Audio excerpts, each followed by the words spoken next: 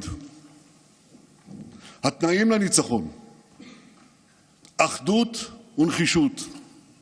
העם מאוחד, הצבא מאוחד והנהגת המדינה מאוחדת. रूस ने भी संयुक्त राष्ट्र में इजराइल हमास से संघर्ष विराम की अपील की है। साथ ही अमेरिका को इस जंग का जिम्मेदार माना है।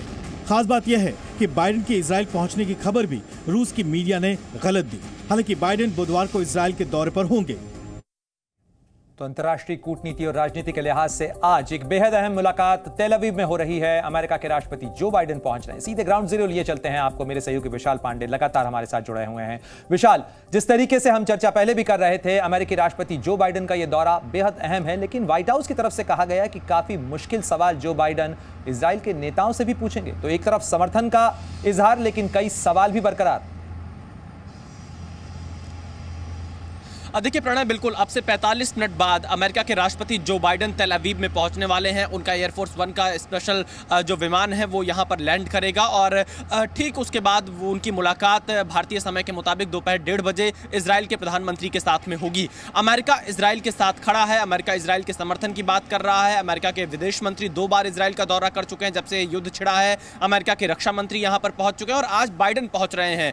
लेकिन अमेरिका साथ साथ में जो गजा पट्टी में आम लोग हैं जो इससे प्रभावित हुए हैं उनको मानवीय सहायता का मुद्दा भी उठा रहा है। बाइडेन ने खुद ये कहा था कि हमास और फिलिस्तीनी ये दोनों अलग अलग चीजें हैं और गजा पट्टी पर इजराइल को कब्जा करने की भूल नहीं करनी चाहिए। तो बाइडेन आज जब बेंजामिन नेतन्याहू के साथ मुलाकात करेंगे अब से थोड़ी देर बाद, तो 2-3 बड़े सवाल हैं। पहला सवाल कि जो बंधक बनाए गए लोग हैं उनको वापस छुड़ाने का क्या रोड मैप है, क्या प्लान है, क्योंकि 199 लोग अभी भी हमास के कब्जे में हैं।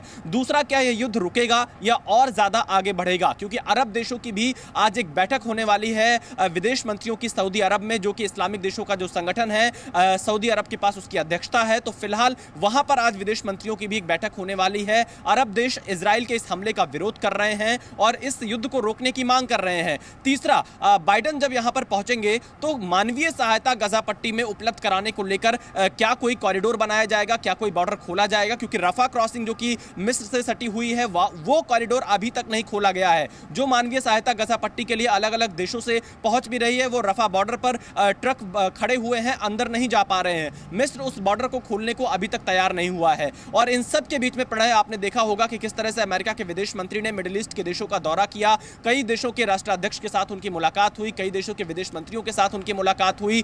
रूस भी लगातार अलग अलग देशों के साथ फोन पर बातचीत कर रहा है, अमेरिका भी फोन पर बातचीत कर रहा है। ऐसी स्थिति में देखना यही होगा कि आज की इस मुलाकात से क्या कोई आगे इस युद्ध को रोकने का फॉर्मूला निकलेगा या ये युद्ध और ज्यादा आगे बढ़ेगा? Z News.